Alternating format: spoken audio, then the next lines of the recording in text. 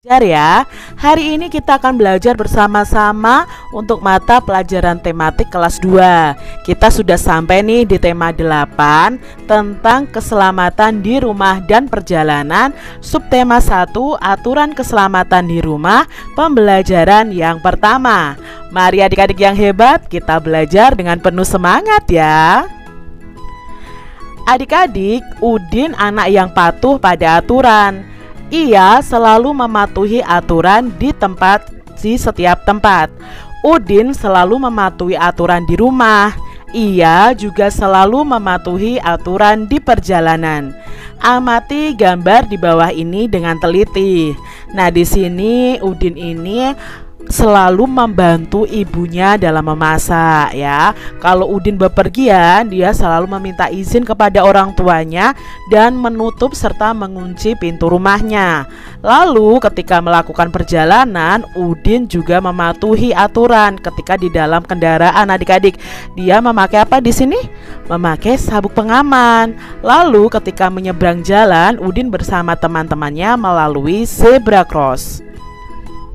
Adik-adik, apa saja yang dilakukan Udin pada setiap gambar? Apakah kamu setuju dengan apa yang dilakukan Udin? Tentunya setuju ya adik-adik ya, karena Udin ini melakukan setiap kegiatannya itu menjaga keselamatan dirinya dan orang-orang di sekitarnya. Jadi di sini apa yang dilakukan Udin sungguh sangat baik untuk ditiru. Adik-adik, aturan setiap kegiatan di rumah itu perlu diperhatikan. Aturan itu berguna untuk keselamatan diri dan keluarga kita. Udin dan keluarga melakukan setiap kegiatan sesuai aturan. Nah, amati gambar di bawah ini dengan teliti adik-adik. Udin melakukan setiap kegiatan dengan hati-hati.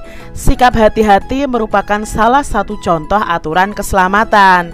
Nah, di sini Udin bersama orang tuanya. Yang pertama itu membantu ibunya memasak. Yang kedua, Udin juga membantu ayahnya untuk mengambil jam dinding. Udin anak yang taat pada aturan. Setiap melakukan kegiatan itu selalu diatur menggunakan jadwal.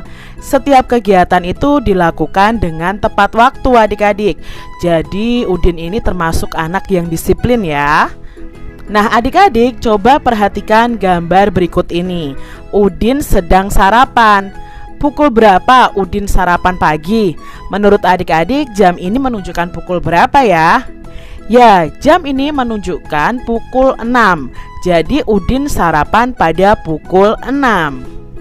Berikutnya, Udin sedang berangkat ke sekolah. Dia berpamitan kepada orang tuanya.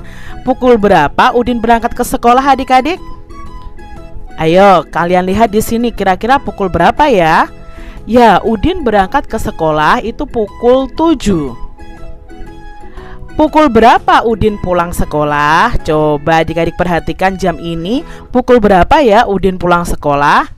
Ya, Udin pulang sekolah pukul 11. Adik-adik, coba kamu amati jam dinding di rumah kalian. Menunjukkan pukul berapa sekarang? Coba adik-adik tulis ya. Ketika kalian melihat video Kak Citra ini sudah menunjukkan pukul berapa? Tulis di komentar di bawah ini. Nah adik-adik, kita akan belajar mengenai jam nih. Jam sendiri jenisnya ada dua, yaitu jam digital dan jam analog. Jadi kita akan mempelajari apa itu jam digital dan apa itu jam analog. Jam digital. Nah, ini adalah contoh gambar jam digital adik-adik. Nanti ada perbedaannya dengan jam analog. Jam digital di sini hanya menunjukkan jam dan menit. Jadi kita bisa langsung tahu itu menunjukkan jam berapa, sudah ada angkanya, dan menit keberapa. Jadi yang bagian depan ini menunjukkan jamnya, sedangkan bagian belakang itu menunjukkan menitnya. Apakah kalian memiliki jam digital seperti ini adik-adik? Nah, mungkin kalian ada yang memiliki ya. Nah, jam digital adalah jam yang tampilan dasarnya itu berupa angka yang tertera langsung di layar adik-adik. Jam digital ini tidak ada jarum jamnya. Biasanya jam digital hanya menunjukkan jam dan menitnya saja. Namun ada beberapa jam digital yang juga menunjukkan detiknya. Contohnya yang ini adik-adik, yang kecil ini menunjukkan detiknya. Jadi jam digital ini hanya langsung menunjukkan jamnya saja tanpa ada jarum jamnya adik-adik. Jadi kalian akan lebih mudah membaca jam digital. Lalu adik-adik, sekarang kita akan belajar nih membaca jam digital. Perhatikan jam digital berikut ini. Pukul berapa yang ditunjukkan oleh jam digital ini? Nah, di sini jam itu yang depan, menit itu yang belakang. Berarti ini menunjukkan jam di atas ini dibaca pukul 12 tepat atau pukul 12 adik-adik. Nah, lalu jam berikutnya adik-adik, ini pukul berapa ya?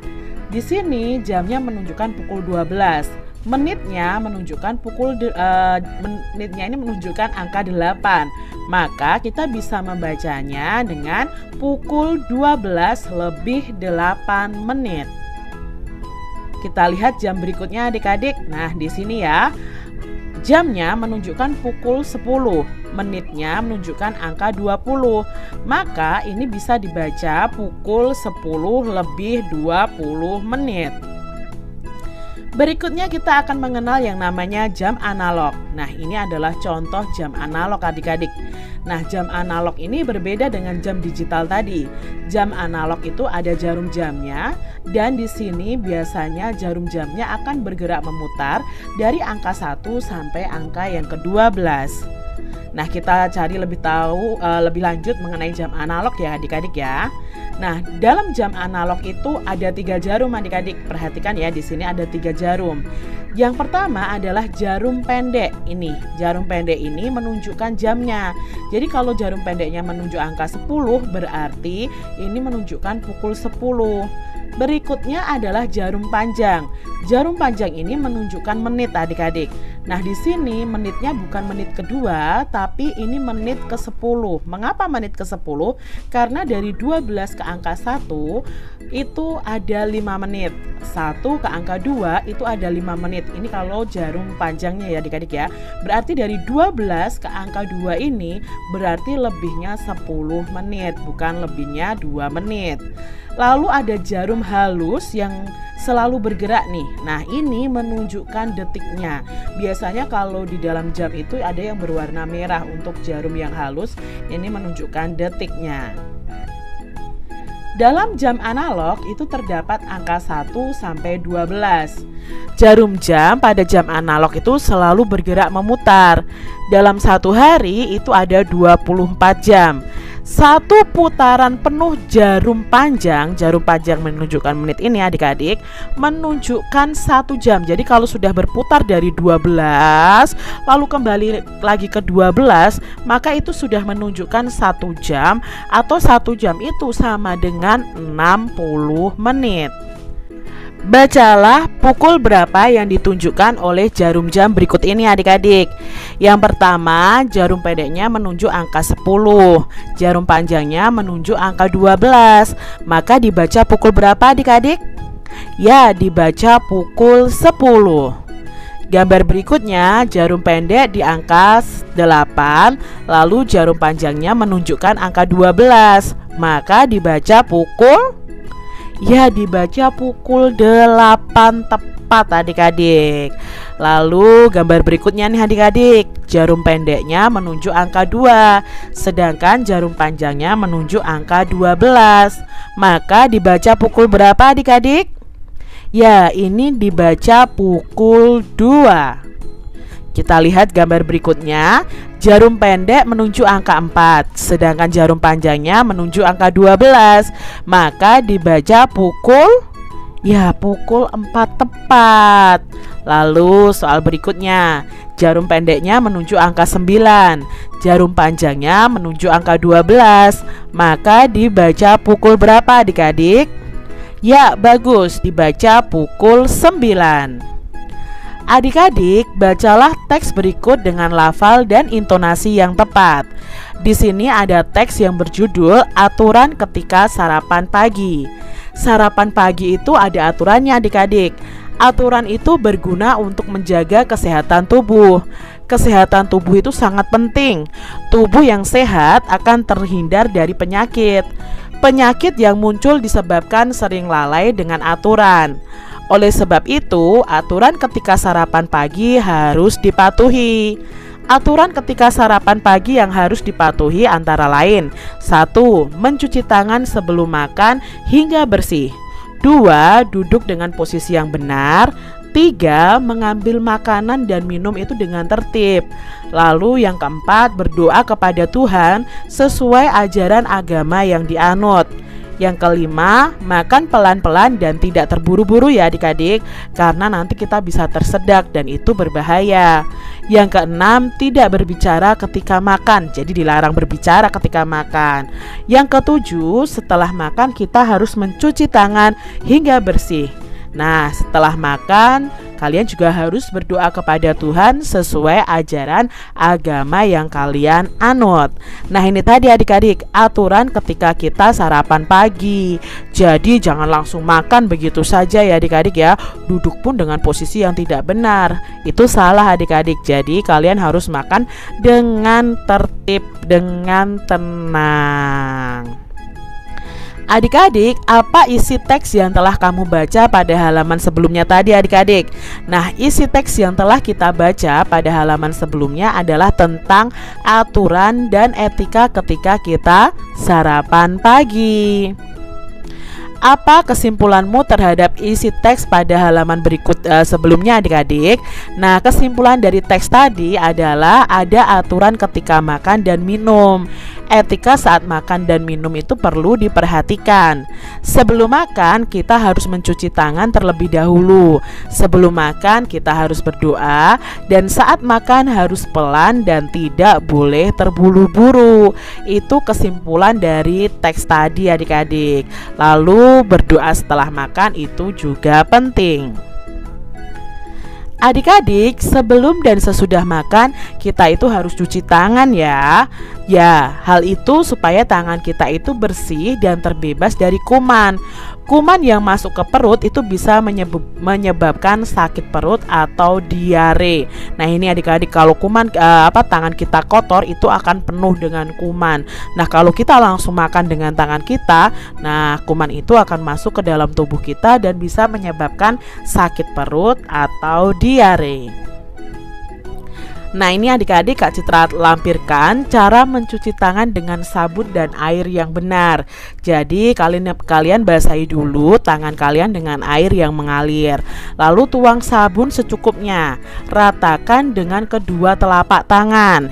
Gosok punggung dan sela-sela jari tangan kiri dengan tangan kanan, lalu sebaliknya. Setelah itu gosok kedua telapak tangan dan sela-sela jari. Lalu jari-jari sisi dalam kedua tangan saling mengunci seperti ini.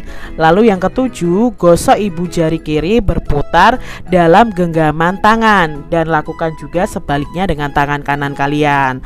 Lalu gosokkan dengan memutar ujung jari-jari tangan kanan di telapak tangan kiri dan sebaliknya. Setelah itu bilas kedua tangan kita dengan air yang mengalir. Nah, lamanya seluruh proses mencuci tangan itu paling tidak antara sekitar 40 sampai 60 detik adik-adik. Adik-adik coba baca kembali teks aturan ketika sarapan pagi tadi dengan teliti. Setiap kata Tuhan itu selalu ditulis dengan huruf besar. Nah, kita ingat-ingat kembali huruf besar itu apa? Huruf besar itu disebut juga dengan huruf kapital adik-adik. Nah, huruf besar, ayo perhatikan contohnya di bawah ini. Berdoa kepada Tuhan sesuai ajaran agama yang dianut. Di sini ada kata Tuhan yang diawali dengan huruf kapital. T-nya huruf kapital adik-adik. Setelah makan, berdoa kepada Tuhan sesuai ajaran agama yang dianut. Nah, Tuhan di sini diawali lagi dengan huruf kapital. Karena ini menunjukkan Tuhan, maka harus diawali dengan huruf kapital. Huruf kapital itu juga dipakai sebagai huruf pertama kata ganti Tuhan. Kata ganti Tuhan itu contohnya Yang Maha Esa, Yang Maha Besar, Yang Maha Kuasa, Yang Maha Pengasih, Yang Maha Penyayang. Nah ini ya adik-adik ya, kata ganti Tuhan yang sering digunakan yaitu tadi Yang Maha Esa, Yang Maha Kuasa, Yang Maha Besar, Yang Maha Pengasih, Yang Maha Penyayang, dan lain sebagainya.